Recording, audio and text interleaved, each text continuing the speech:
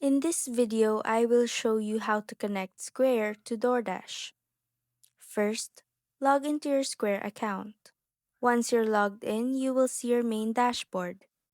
Now, go to the left side of your screen and click on Settings from the menu list.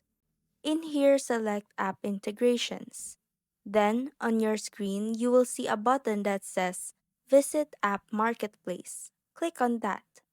It will open a new tab that takes you to the Square App Marketplace. At the top middle part of the page, you will find a search bar. Type DoorDash and hit Search. From the list of results, click on the first card that says DoorDash for Square for Restaurants.